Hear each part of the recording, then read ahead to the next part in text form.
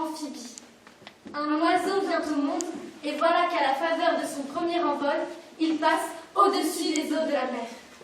La lumière laisse entrevoir sous la surface les poissons aux écailles argentées. Ému par cette beauté inconnue, l'oiseau veut aller à leur rencontre, et il tombe vers la mer. Mais les autres oiseaux, ses congénères, le rattrapent avant qu'il n'atteigne les vagues. Non, lui dit le plus sage. Ne t'avise jamais d'aller vers ces créatures. Elles te sont étrangères en tout point. Et les rejoignant, tu mourrais, comme elles mourraient si elles nous rejoignaient. Nous ne sommes faits ni pour nous rencontrer, ni pour vivre ensemble. L'oiseau obéit et va sa vie. Mais toujours son cœur se tord à la vue de la mer. Taciturne, il ne chante plus. Jusqu'au jour où, pétri par un chagrin devenu trop lourd à porter, il songe qu'à une longue vie malheureuse. Il préfère un seul instant d'extase. Et sur lui, il referme ses ailes. Et dans la bleuité du ciel, il tombe vers la bleuité de la mer pour en fendre la surface. Le voilà sous l'eau. S'enfonçant vers l'abysse des lumières, et dans le peu de temps qui lui reste, l'oiseau ouvre ses yeux. Infinité de poissons multicolores. Satin insoupçonné des abîmes. Indicible beauté étrangère. Son cœur s'enflamme. Sa dernière heure approche. Mais il ne s'en soucie plus. Tout est à son désir de l'autre. Et ce désir est si intense, Si immense, si absolu, qu'à l'instant précis où la mort veut le saisir, des ouïes lui poussent au cou. Et il respire. il respire. L'oiseau respire. Et respirant, volant, nageant, s'avançant au milieu des poissons, aux écailles d'or, de rose et de jade, l'oiseau prononce la parole magique. Me voici. C'est moi. Je suis l'oiseau amphibie arrivant au milieu de vous. Je suis l'un des vôtres. Je suis l'un des vôtres.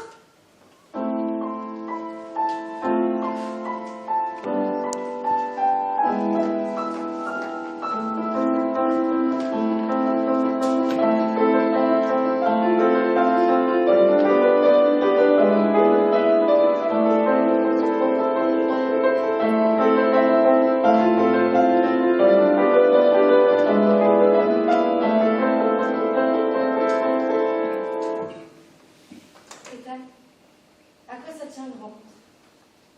Un livre? Un de notes? Un génocide d'il y a 3/4 de siècle? On a descendu les grandes marches de la bibliothèque, dans le froid glacial de l'hiver.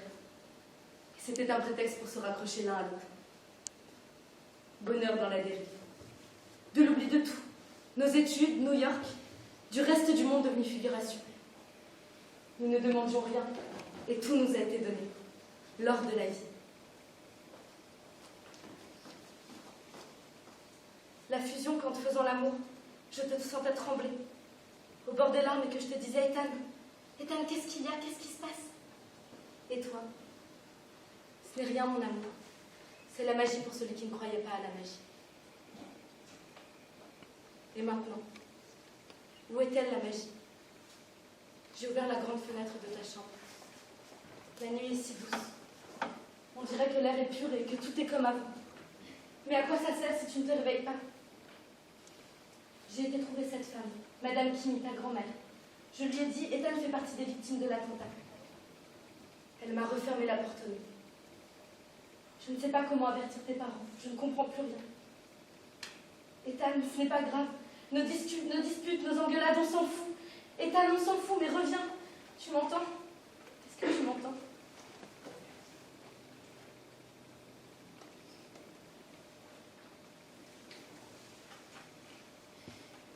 Hanımefendi, ziyaret saatleri bitti. Burada kalamazsınız. Yarın evde tekrar gelin. Pardon, je ne parle pas hébreu. Il est 20h. Vous ne pouvez plus rester. Demain, 7h. S'il se réveille pendant la nuit, vous appelez? On a vos coordonnées? Je n'ai plus de portable. Vous pouvez appeler sur le portable d'Ethan ou au Paradise Hotel, porte de Dieu. Vous devriez vous rapprocher de l'hôpital. L'armée pourrait boucler le quartier musulman maintenant. Je peux rester ici, Je n'ai pas le droit. juste cette nuit. Je suis désolé. L'étage au complet est occupé par les blessés de l'attentat et beaucoup mourront cette nuit. La nuit qui suit les tueries trie les morts des vivants. Vous ne supporteriez pas. Personne ne supporte. Les prochains jours vont être très difficiles. Il faut vous reposer, il faut dormir. Je ne peux pas dormir. Je me rejoue la scène dès que je suis seule. Je ferme les yeux et tout revient. Les gens, la foule, le soleil, la chaleur, la fouille, et tout tourne en boucle jusqu'à la fontaine. Vous étiez ensemble? Oui, on a été séparés. Ça m'a sauvée et ça l'a sans doute sauvée aussi. Vous êtes seul en Israël? Oui, Où habite sa famille? Berlin. Ses parents sont au courant? Non, je ne suis pas la bonne personne pour les prévenir. Il faut les contacter. D'où venez-vous? New York. Prévenez ses parents. C'est la première chose à faire. Vous ne devez pas affronter ça toute seule. Comment vous appelez-vous? Wahida. Wahida. Voilà. Je m'appelle Sigar. Tenez, ça vous aidera à dormir. Si Ethan se réveille, je vous préviens, je vous le promets.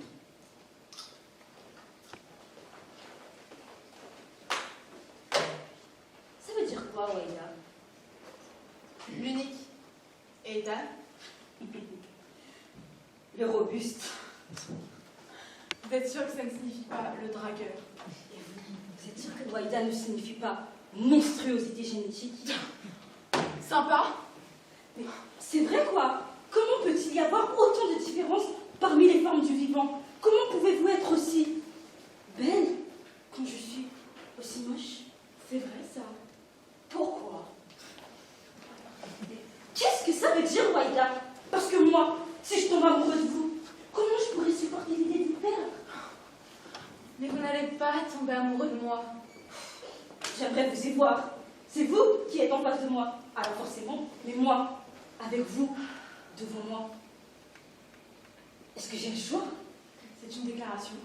C'est impossible.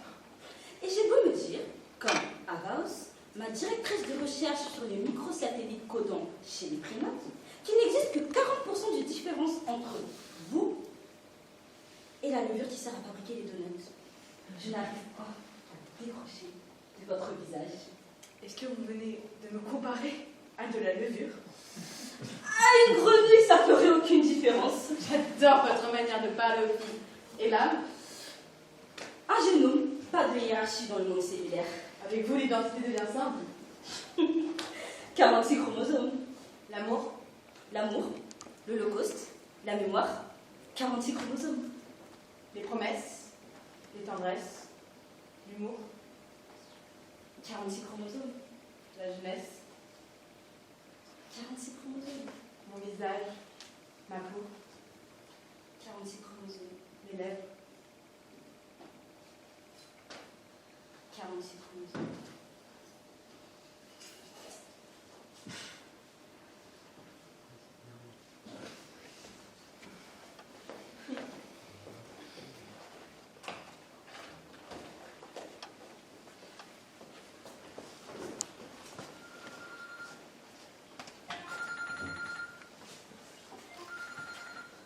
Allô, Madame Liakimi, c'est Wahida, l'amie de votre petit-fils Ethan. Je suis venue chez vous tout à l'heure et vous m'avez fermé la porte au nez. Allô? Allô? Putain, mais quelle salope!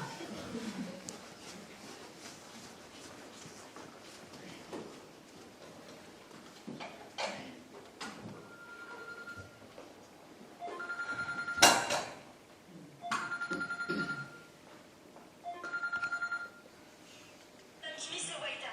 J'espère que vous écouterez mon message. J'arrive chez vous et si vous ne m'ouvrez pas, je vais défoncer votre porte. Ouvrez! Ouvrez, je sais que vous êtes là!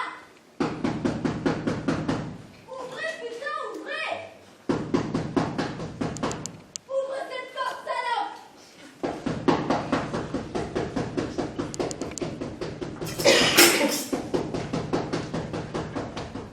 Arrête!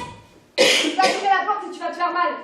Ouvrez-moi! Qu'est-ce que tu veux? Ethan est en train de mourir! Appelle sa famille. Vous êtes sa famille!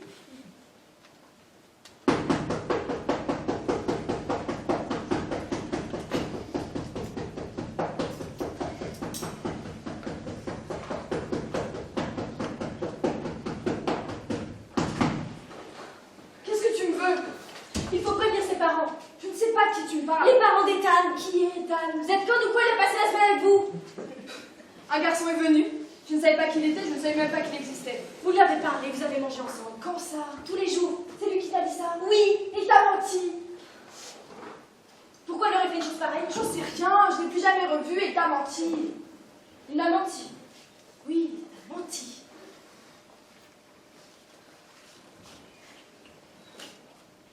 Je ne comprends pas. Vous ne vous êtes pas parlé. Non, va-t'en maintenant. Il est venu vous voir, il pensait que vous pouviez répondre à ses questions. Il s'est trompé. Il est venu vous demander de lui parler de son père. Sors! Qui est David, votre Je fils? ne sais pas! C'est là! Vous savez! Vous savez, Ethan sait que vous savez! Que je sais quoi? Qui est son père? Qui est David? Qui est votre fils? Ils ont quitté Berlin, ils ont rejoint Ethan à New York. Votre ancien mari, j'ai oublié son nom. Moi aussi j'ai oublié. Edgar et David et Nora, les parents d'Ethan. Il ne vous a rien raconté. Il ne vous a pas dit ce qui s'est passé.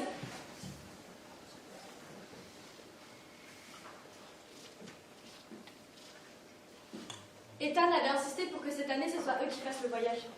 C'est toujours moi qui viens vous voir à Berlin. Venez, vous, cette fois. Je vous présenterai mes amis, je vous montrerai le labo, le campus. Ethan ne s'est pas ménagé. Il leur a fait visiter musées, parcs, synagogues et statues de la liberté. Il a même invité un rabbin au repas, le Seder, pour leur faire plaisir. Respecter la tradition. Pourquoi? Pour me présenter, moi, leur dire j'aime une femme depuis 2 ans et cette femme s'appelle Waïda. Waïda! Ethan a toujours eu le talent de nous surprendre. Ethan! Tu es la joie de mes vieux jours, mon petit soleil, mon petit trésor.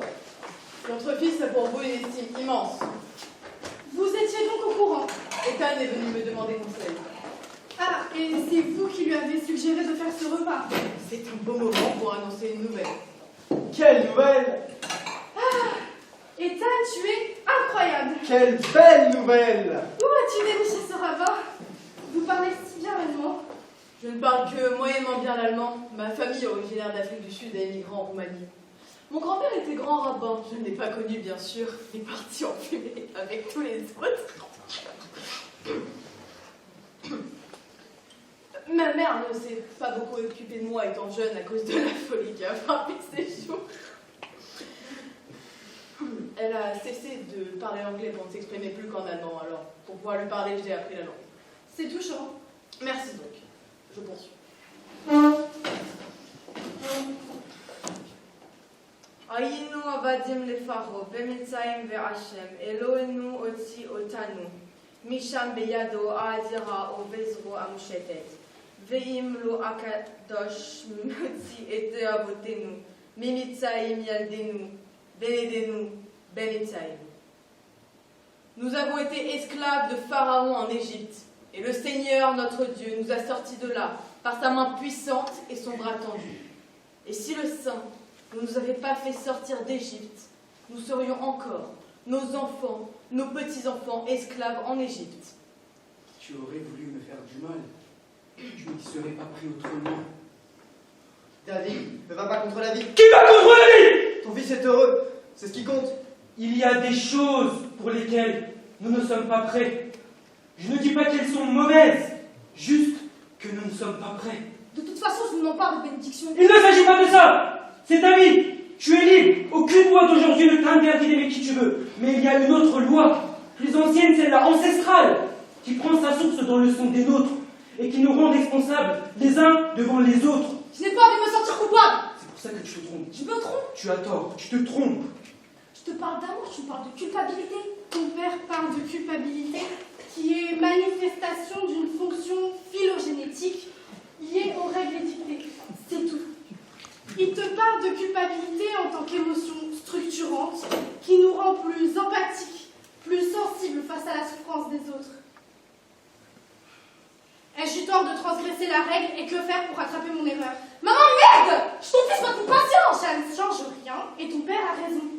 L'absence de culpabilité est la caractéristique du psychopathe pour qui l'autre n'est qu'un objet. J'en vois défiler tous les jours dans mon cabinet. Ethan, mon fils, je te parle d'une culpabilité qui est un don, une culpabilité particulière à notre peuple, qu'aucun autre peuple ne peut ressentir, puisqu'elle est née de ce qu'ont subi nos pères et nos grands-pères. La culpabilité du survivant, elle guide chacun de nos choix et me libère de tout. Je pense à ceux qui sont venus avant moi pour me dire que je n'ai rien souffert. Et même si je devais un jour traverser ce qu'ils ont traversé, je me dirais que je ne l'ai traversé qu'après eux. Nous en étions justement à la traversée de la mer Rouge. Nous pourrions y retourner. Comment cette femme peut espérer te rendre heureux? Comment tu peux affirmer ça? Elle n'est pas... Quoi? Quoi? Pourquoi tu te demandes? Dis-le! C'est évident. Il te pose une question, réponds-lui. J'ai trop de peine à l'entendre me dire ce qu'il me dit. Elle est arabe, c'est ça? Ne me fais pas dire ce que je ne veux pas dire. Je ne l'ai pas insulté, je ne veux pas l'insulter. C'est certainement une personne parfaite, sans doute merveilleuse, puisque tu l'aimes. Elle n'est pas juive! Ne me fais pas C'est dire... abusé, c'est ridicule, c'est pas possible! Non, elle n'est pas juive! Elle n'est pas de notre cercle, de notre jardin! Merde! Tu me forces à exclure quand je ne veux exclure personne! Tu crois que ça me fait plaisir, moi, de dire d'un humain qu'il est ou qu'il n'est pas? Et à mon fils! David, nous en étions à la prière. La prière, Père, consiste à dire la vérité à son fils. Il n'y a pas qu'une seule vérité, c'est là une vérité. Tu as raison, mais tu ne peux pas imposer ta vérité. Mais je peux lui imposer, c'est elle que tu m'as transmise. Ethan, regarde ses yeux, regarde ses mains! Cet homme a vu sa mère se faire abattre d'une balle tirée dans l'indifférence d'une cohue, à la descente d'un train à bestiaux. Et depuis cette détonation, que tu le veuilles ou non, il nous incombe, à moi, à toi, aux enfants de tes enfants, une responsabilité de survie. Puisque personne ne portera à notre place le goût de la cendre de nos familles disparues. Pourquoi l'un empêche l'autre? Tu participes à la disparition. Mais je m'en fous, mes enfants ne sont pas juifs! C'est ce que je dis. Tant mieux, putain, ils sont débarrassés, libérés! C'est ce que je dis, tu participes à la disparition et tu nous l'abondes. Et tu nous insultes! Tu insultes la mémoire de nos grands-pères! Abandonne! Et tu oses me dire ça dans la langue des bourreaux? Salut, Muttersprache! C'est la langue de sa mère! Ça n'a rien à voir avec les bourreaux! Arrête aussi de te provoquer! Arrêtez! Ça me rend malade de vous voir comme ça! Qui l'aime? Merde, qui l'aime? Qui dit que ça va durer? Ça ne va pas durer! Il ne vient pas nous annoncer qu'elle est enceinte! Elle n'est pas enceinte! Est-ce qu'elle est enceinte? Maman. Elle n'est pas enceinte. Ça va passer, ça lui fera une expérience, l'ouvrir aux cultures des autres, c'est très bien. Non, ça ne passera pas. Mais tais-toi! Je vous aurais pas fait venir ici, c'était juste une simple expérience. Alors pourquoi tu nous as fait venir? T'aurais préféré que je l'annonce par là? Mais pourquoi tu fais ça? Pourquoi je fais quoi? Tu nous connais? Tu connais nos vies, tu nous connais? Réfléchis, merde! À quoi tu veux que je réfléchisse? Je l'aime, c'est simple! Je l'aime, c'est simple. Tu es bête ou quoi? Ça nous détruit! Ça nous détruit! Ce n'est pas philosophique, ni théologique, ni politique, ni psychanalytique. C'est simple. Ça nous oppose, ça nous sépare et ça me tue. En quoi te le dire te tue? En quoi aimer sépare? Ce n'est pas ce que tu dis qui me tue. C'est la manière que tu as de nous obliger à nous entretuer qui me tue. C'est cela qui me tue.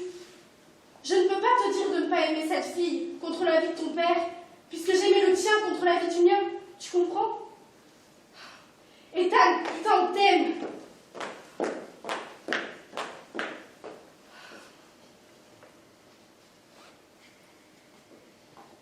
Ta vie, je l'ai voulu comme un attentat contre toute l'idéologie de mes parents, leurs principes, leur communisme de merde, de cet est de merde, à l'ombre de ce mur de merde, et leurs discours de merde, et leurs dogmes de merde qui ont éventré ma jeunesse. J'ai été mangée, dévorée, digérée, j'ai été chiée dans les chiottes des idéaux, des utopies et des rêves de mes parents. Alors quand je leur ai présenté ton père, c'est comme si je leur avais craché à la figure. Justement, tu comprends le piège dans lequel tu me pousses? Tu craches au visage de ton père, et moi je ne peux pas choisir entre vous deux. Nora, vous ne pouvez pas être à deux contre lui. Je ne crache pas au visage de mon père. Tu craches, et tu craches doublement. Elle n'est pas juive, et elle est arabe. Moi je m'en fous, j'ai rien contre les arabes. C'est une arabe, c'est son ennemi, et tu ne peux pas en vouloir à ton père de penser ça. Mes parents nous ont caché que nous étions juifs, pas pour nous protéger, mais parce qu'ils voulaient qu'on soit communistes. Communistes. Notre identité, c'est le communisme. Identité du groupe, dictat. C'est elle la matraqueuse, la fournaise, la dévoreuse, la goudronneuse. Cela est. Pourtant, cela est. Cela est. Viens, crache-moi au visage. Tu ne m'insultes pas? Tu ne me craches pas au visage? Si tu veux me parler, tu me parles au nez pour la. Je parlerai comme je te parlerai quand ça viendra. Tu m'écrases.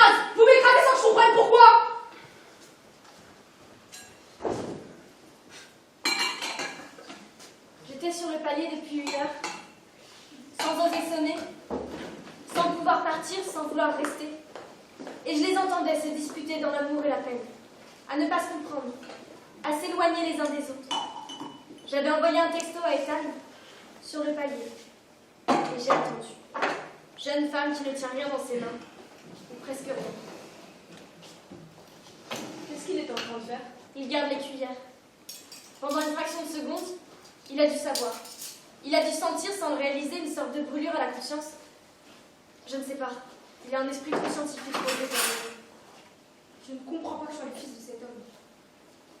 Sans doute une façon de se venger. De les réduire à l'état de miasme juste bon pour une expérience scientifique. Quelle expérience? Résumer ses parents à des languettes. Les séquencer, les ficher dans des éprouvettes, comparer leur ADN.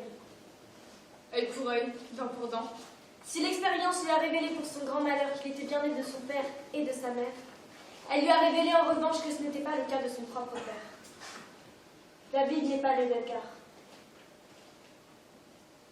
Ethan essayait de se rappeler si quelqu'un un jour avait insinué une histoire, un détail, mais rien. David le savait-il? Edgar le savait-il? Toute la famille est retournée à Berlin. Poser les questions, montrer les résultats sans savoir s'il savait ou non, était trop dangereux. C'est alors qu'il a pensé à vous. La seule qui sait, c'est celle qui a porté David. Et il est venu pour ça? Et il est en train de mourir pour ça. Alors vous allez prendre vos responsabilités. Vous allez appeler votre fils et lui dire de prendre le premier vol avec sa femme. Et s'il vous demande la raison, vous vous débrouillez pour trouver les mots justes, pour lui apprendre que son fils est entre la vie et la mort.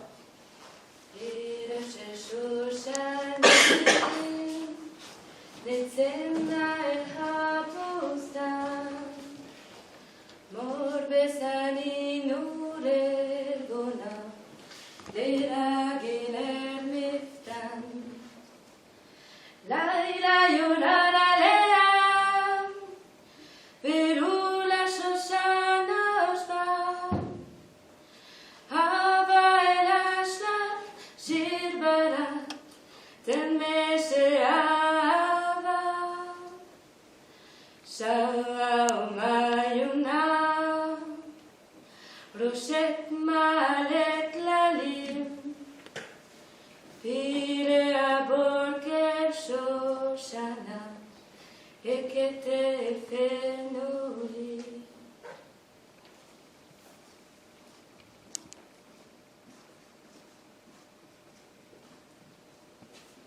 Oh là là là là, les parents d'Ethan arrivent et ne vont pas être beaux à voir. Je vais partir.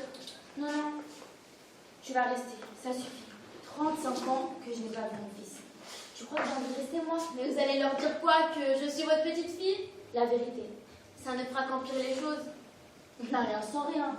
Tu crois qu'on aime un juif comme on aime un cupcake? Mais je n'aime pas un juif, j'aime Ethan. Lubita, quand on aime, on ne s'enfuit pas. Ils vont être seuls avec leur fils. Tu t'es déjà regardé? Moi, ça vient. Tu devrais. Tu as une âme de destruction massive. Et au lieu de l'utiliser pour défendre ton amour, tu restes là, à faire ta gentille femme parfaite à marier, avec ton petit cul de merde, dans ta petite jupe de merde, comme si tu ne savais pas ce que tu provoques. Bientôt, je serai aussi vieille et aussi moche que vous. T'as qu'à te saouler, faire baiser par un vrai mec, ça te décoincerait. Rarement rencontrer quelqu'un d'aussi méchant. T'avais qu'à pas venir frapper à ma porte. Prévenez-moi s'il se réveille. Comment veux-tu sans toi? Tu es venu, tu m'as dit, prends tes responsabilités. À ton tour. Fais face et joue ton rôle. Toi la jeune, moi la vieille salope. Tout est gâché, vous ne comprenez pas. Tu n'as aucune espèce d'idée à qui tu fais ça. Où est le médecin? Il ne devrait pas tarder. Nora? Voici Léa, ma mère.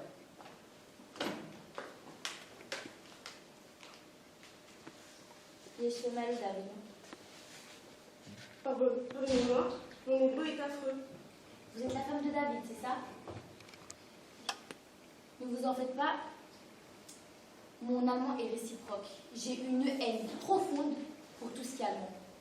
Voiture, langue, gaz, train et savon. Vous avez fait bon voyage?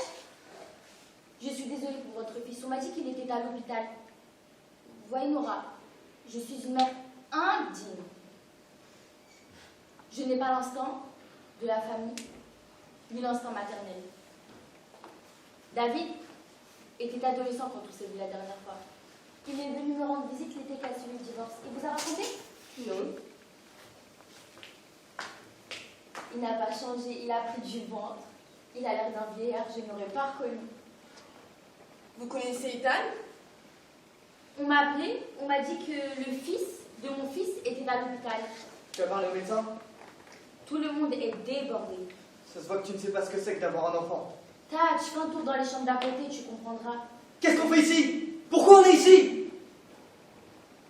À l'époque où David était venu me voir, les Palestiniens explosaient au milieu des foules, dans les bus et au théâtre. On a alors construit le mur et on a été tranquille jusqu'aux attaques à l'arme blanche.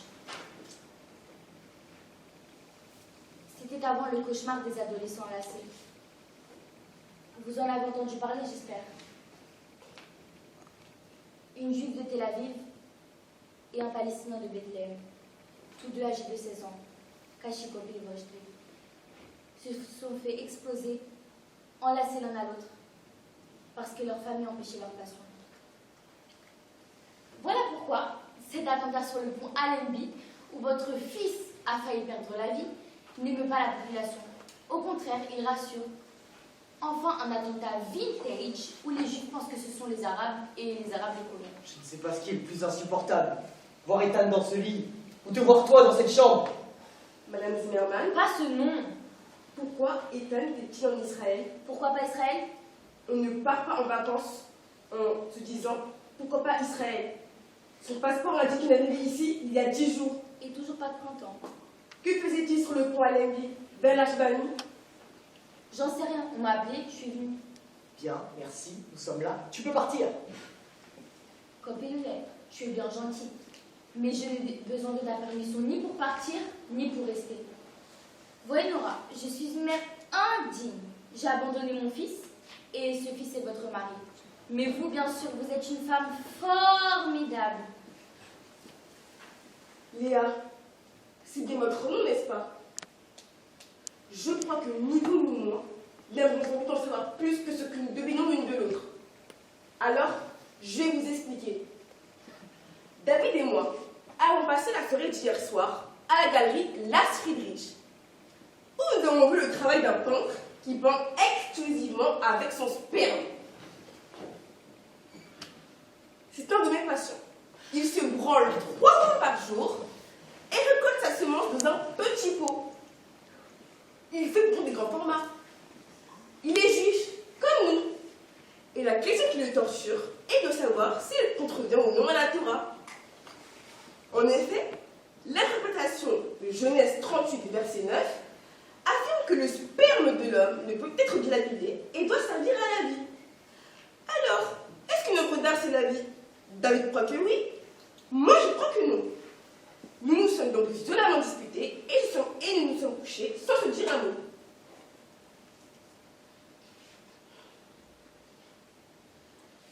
Avant d'être réveillés par le coup de fil d'Edgar, pour nous annoncer que notre fils, à qui nous n'avions pas parlé depuis ce putain de repas, et que nous pensions à New York, était en réalité en Israël, et faisait partie des victimes de l'attentat sur ce putain de pont qui sépare l'Israël de la Jordanie. Pendant ce temps donc, où on se chamaillait à propos des éjaculations masturbatoires d'un artiste à la mode, nous ne savions pas que notre fils... Nous ne savions pas que notre fils était entre la vie et la mort. Nous ne le savions pas. Vous comprenez, Léa? Je suis certaine que vous comprenez. Il n'est pas venu seul, voilà, débrouillez-vous. Qui? Qui a ton avis? Son amie? C'est elle qui nous a prévenus? Oui. Et pourquoi elle t'a prévenu toi? Et pourquoi tu m'as pas appelé moi? Pourquoi tu as appelé papa? J'avais pas envie d'entendre ta voix. Pourquoi tu fuis toujours? Je suis pas, je m'en fous. Tu fous de ce qui arrive à Ethan? Qui est Anne? Un inconnu? Un inconnu. Et celle-là aussi, qui n'a pas honte de parler du sperme d'un autre devant son mari. Alors rassure-toi, tu n'as pas à te sentir trahi. Se faire abandonner par ta mère te vaccine contre la trahison. Je suis pas ta mère, je te l'ai déjà dit. Tu es tellement heureuse quand tu le dis. On ne se connaît pas, c'est ce que j'ai voulu dire.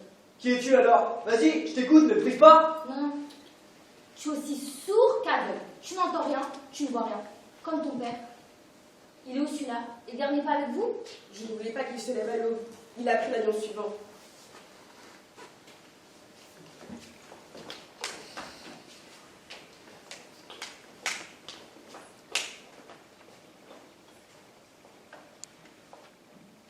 Est-ce qu'il va se réveiller?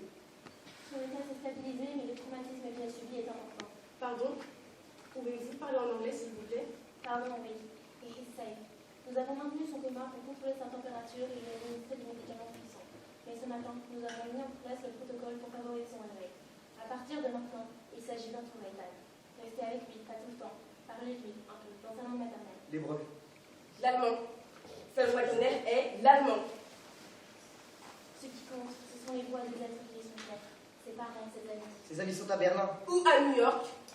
Mais sa fiancée est ici. Plus l'attachement émotif est grand, plus le cerveau entre en activité. On se reconstruit par affection. Je ne veux pas voir cette fille ici. Je vais la chercher. Vous allez voir, elle est charmante. Comment ça vient? C'est un cauchemar. L'opération Nuage de Grêle a pris une ampleur inédite avec l'intervention des 4000 soldats déployés sur l'ensemble des territoires palestiniens, appuyés par les chars d'assaut, les avions de chasse et les destroyers de la marine. Le ministre de la Défense a déclaré que le gouvernement devait se préparer. Tu peux couper le son? 70 Palestiniens ont été tués alors que les pays arabes s'apprêtent. De toute façon, tu n'y comprends rien. Ont été tués alors que les pays arabes s'apprêtent.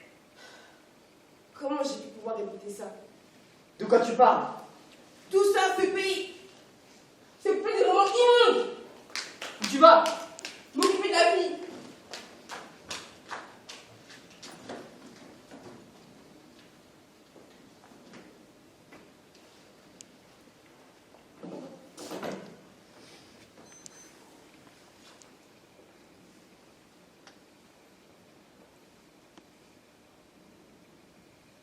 Le monde peut disparaître, s'effacer. Je m'en fiche. L'univers entier pèse moins lourd qu'un seul battement de ta paupière. Je n'ai que toi. Je ne sais pas ce que je dis en disant ça et je ne sais pas pourquoi je le dis. C'est comme la mort. Un cadenas et ta vie en est la clé. Mais voyons, tout serait possible si tu te réveillais. Ethan, tu m'entends? Ethan!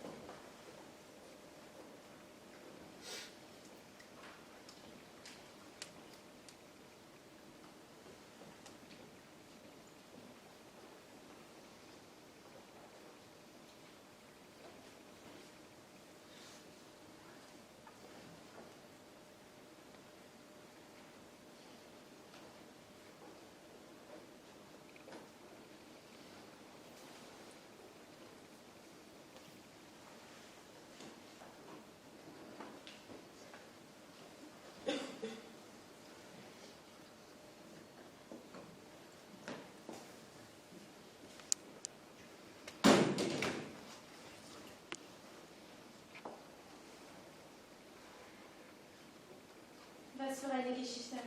Wir haben darin 2 Stunden zu spät verlassen.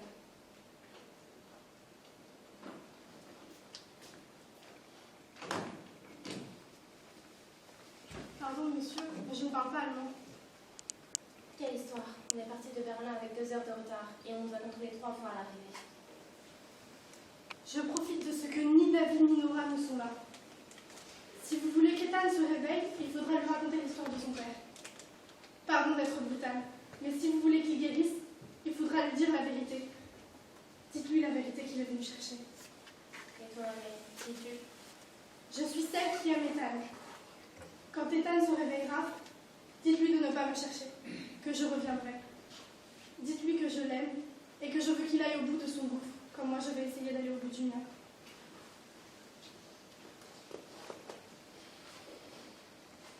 Tu vas me promettre de rester en vie et de ne plus demander la permission à personne. Ça va, espèce de vieille sorcière. J'ai compris la leçon. Je vais aller changer de jupe de ce pas et aller sucer quelques grosses bites pour me détendre. Au revoir, monsieur. Au revoir. Ça nous rattrape, n'est-ce pas, Edgar? Pas le temps de souffler, 35 ans que tu souffles, ça suffit. Oui. Tu as toujours eu ce que tu voulais. Tout, sauf l'amour de l'enfant. La tranquillité de mon âme, ma conscience, ce que tu m'as volé. Viens, on va payer notre dette maintenant.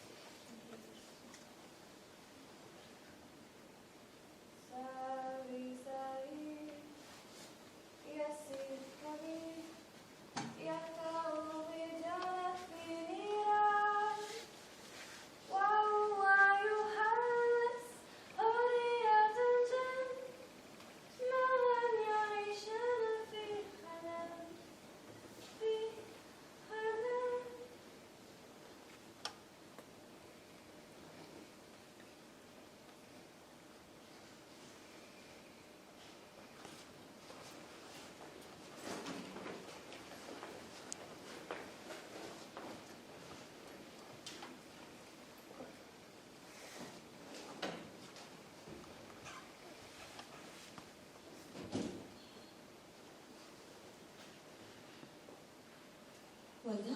Non, je m'appelle Eden. Où est Wanda? Je l'ai cherchée partout. Je suis allée à son hôtel, mais rien. Et tout le quartier est bouclé. Où sommes-nous? Jérusalem, un hôpital. Tu as dormi 4 jours. Dans un village, il y avait des gens. Je devais nettoyer des maisons. Et dans une armoire, un enfant. Tu as déliré. Il y avait du monde. Sur le pont, oui. Tu te souviens? Un souffle. Un son. Une explosion. Tout est noir. Tu viens de te réveiller. Ta vue reviendra doucement. Et Waïda, je vais aller la chercher.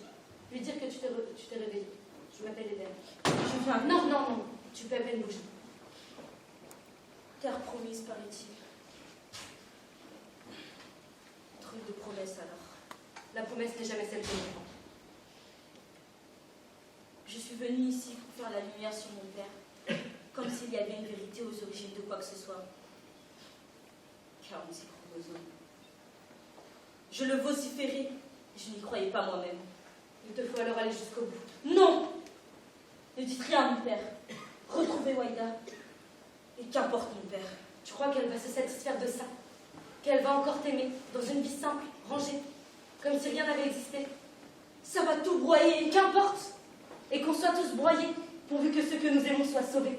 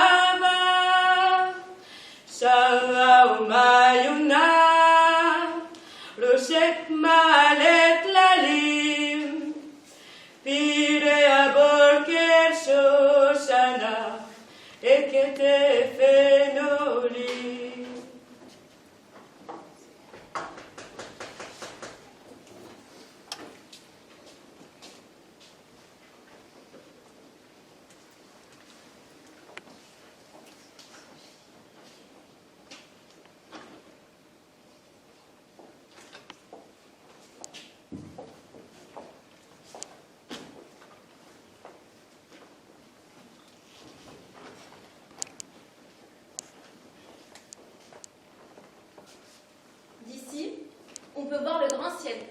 Et dans cette ville, c'est un luxe. Laissez là vos bagages.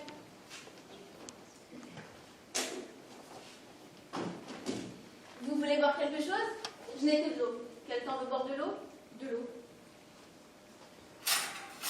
On aurait dû laisser nos bagages à l'hôtel et garder la chambre, quitte à payer une nuit de plus. Gaétane tenait à lui rendre visite avant notre départ. Oui, mais toi, tu n'aurais pas eu à nous accompagner et tu ne te serais pas infligé tout ça.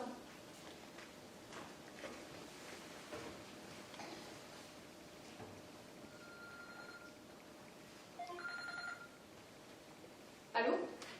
Franz? Non, je ne pourrais pas vous parler longtemps. Il faut appeler votre avocat, Franz, pas votre psy. Non mais, vos œuvres se vendent sur l'idée performative de l'éjaculation. Et convenons que la quantité éjaculée est quand même impressionnante. Vous ne faites pas des miniatures, n'est-ce pas? Bon. Mais au contraire, acceptez les prélèvements. Ce sera la première fois dans l'histoire de l'art qu'une œuvre fera l'objet d'un test génétique pour prouver la paternité de celui qui l'a créée. Bon, réglez la question judiciaire, on s'occupera de l'automatisme après. Rappelez-moi demain.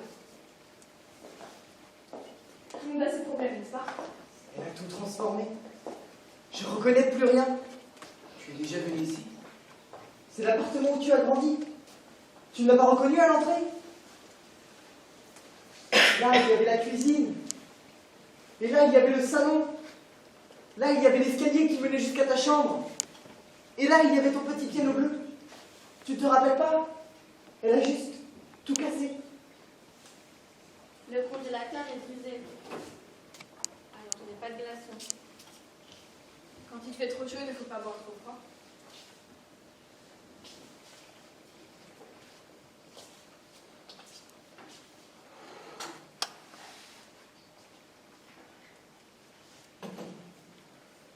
Bon, j'y vais. Tu as le temps?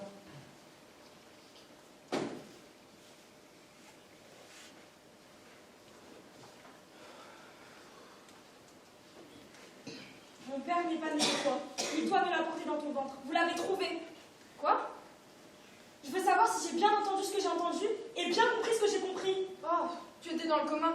Tu souffres d'une sorte de distorsion post-traumatique où tout se confond. L'attentat, le pays, la guerre. Mais c'est un cauchemar, c'est juste un cauchemar. Tu as très bien entendu et très bien compris. Et ton grand-père et moi, on est restés une soirée à ton chevet à te raconter ce Quoi?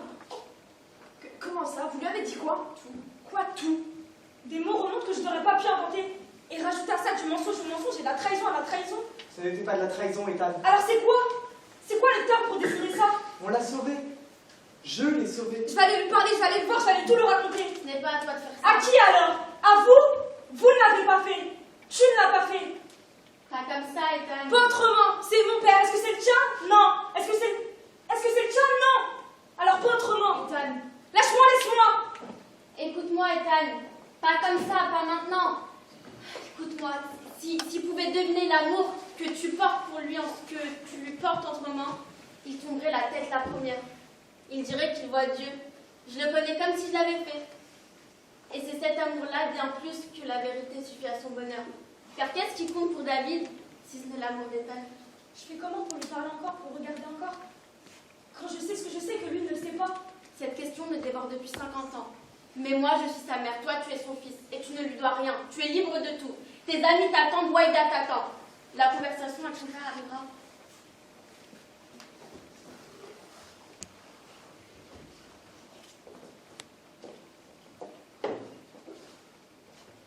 Elle va me quitter, je le sais. Il faut bien qu'elle se défende. Oui, mais ça va l'anéantir. J'ai été de l'autre côté du mur. J'ai marché au hasard dans la poussière de la Palestine.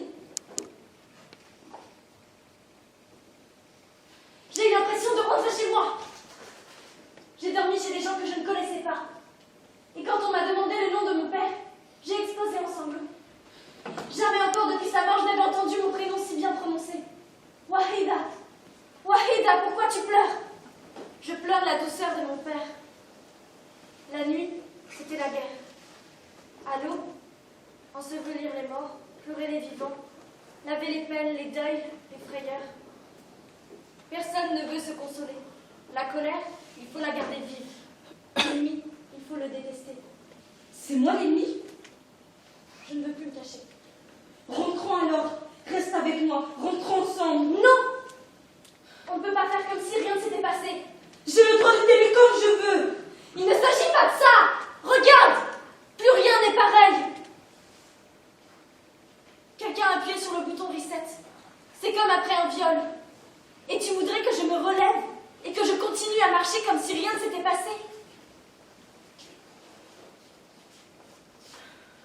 J'ai sincèrement cru moi aussi qu'on pouvait vivre indifférent au monde. Mais la vérité, c'est que je ne suis plus celle que je croyais être. Cette fille qui sa vie durant s'est inventée dans le regard des autres, qui est arrivée ici il y a 2 semaines et que tu aimes. Waïda.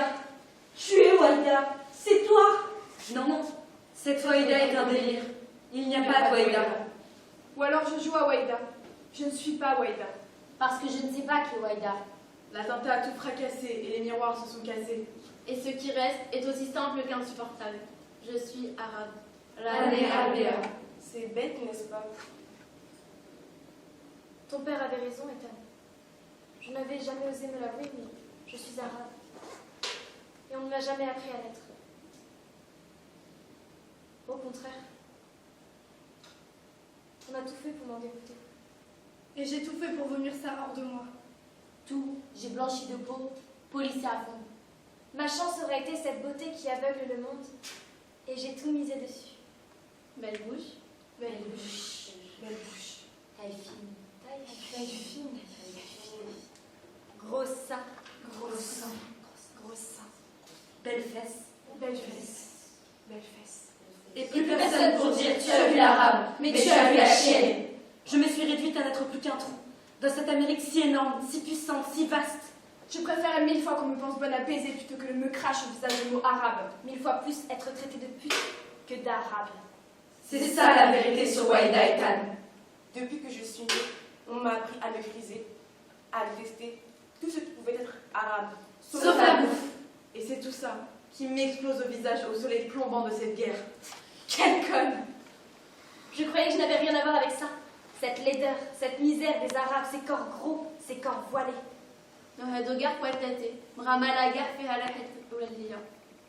Ce sont tous mes parents, mes sœurs, mes frères. Ramallah au complet à l'odeur de ma mère. Comment tu veux que je survive? Je croyais que je n'avais rien à voir avec tout ça. Je croyais que tu étais là pour savoir qui était ton père et qui était le père de ton père. Je croyais que je n'étais là que pour t'appuyer. Pas un seul instant, j'ai pensé que venir ici pouvait me concerner. Peut-être parce que, dans ma tête de pauvre fille, quand il arrive quelque chose à l'homme, il ne peut pas arriver quelque chose à la femme. Et ce qui arrive à l'homme est toujours plus important que ce qui arrive à la femme. Ce qui t'arrive sera toujours plus important que ce qui m'arrive. Tes recherches seront toujours plus importantes que les miennes. Ta vie, plus douloureuse que la mienne. Ton histoire, plus extraordinaire que la mienne. Parce que tu es homme et juif, et que je suis femme et arabe. Et que peut, dis-moi, la pauvre histoire des Arabes contre celle des Juifs? Je sais que ce n'est pas ce que tu penses. Que jamais une idée comme celle-là ne t'a traversé l'esprit. Et c'est pour ça que je t'aime. Et que tu es l'homme de ma vie. Mais pour toi, être le centre est évident. Tu n'y penses même pas. Et on arrive ici, et je vois ça. Je suis arabe. J'ai beau être une intellectuelle, avoir fui au bout du monde. Posséder un passeport américain. Avoir changé de langue. J'ai beau t'avoir rencontré toi, le juif, l'ennemi. J'ai beau me foutre de la religion, me foutre du monde, rien n'y change. Je suis ça. Depuis 3 ans, je me fais chier avec une thèse. Tout ça n'est que de la théorie universitaire de merde. Des idées de merde. La réalité est simple. Je suis ça. J'appartiens à ça. Je ne veux plus fuir, même si ça me fout la trouille. Je ne veux pas aller avec toi retrouver New York. Pardon. Mon amour, pardon. Mais j'avais besoin que tu te réveilles pour que je puisse te quitter. Je te quitte. Je ressens ce que ressent celui qui se fait exploser au milieu de la foule. C'est égoïste. Pendant cette guerre, ma place est là-bas, de l'autre côté de ce mur, avec ceux qui vont perdre.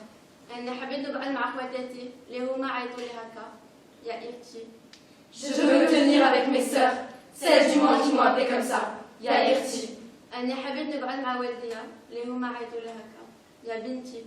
Je veux me tenir avec mes mères, celles du monde qui m'ont appelé comme ça. Yabinti.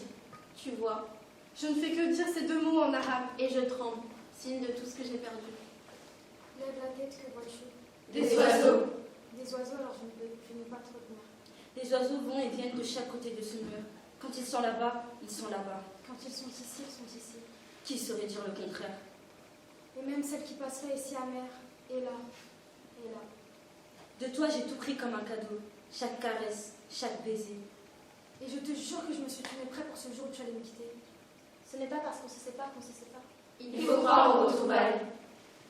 Je crois que c'est fini avec la fille, père. Il s'en remettra. On ne sait pas ce qui va arriver. Pendant la guerre contre les Arabes en 68, ils nous avaient envoyé vider un village palestinien. Je suis arrivé devant une maison, je suis rentré, j'ai longé un petit corridor, et je suis arrivé dans la pièce du fond. Il y avait un tas de boîtes à chaussures vides. J'entends comme un souffle, une respiration. Je tire une boîte vers moi, et là, un bébé. J'entends un petit félin palestinien. Je ne sais pas combien de temps je suis resté à le regarder dormir ce bébé. J'ai demandé à mon chef ce que je devais en faire. Il m'a dit de l'amener à l'hôpital. L'hôpital, c'était une cohue impossible, horrible. La dame de l'accueil était épuisée. Elle m'a demandé si j'étais là pour l'inscrire, pour l'adopter. J'ai dit oui. Quel nom elle m'a demandé? David J. Tu as donné le nom de David à un enfant palestinien? Je lui ai donné le nom d'un roi. Qu'est-ce qu'il est devenu? Vous avez retrouvé sa famille? C'est toi cet enfant. Non, je te parle de lui. Moi, je suis né après, j'imagine, puisque vous m'avez donné son nom. Mais lui, vous en avez fait quoi? Tu es cet enfant. Tu es l'enfant que j'ai trouvé dans un village palestinien. Tu n'as rien de juif. C'est comme ça. La vie parfois est plus simple qu'on ne le croit. Quoi?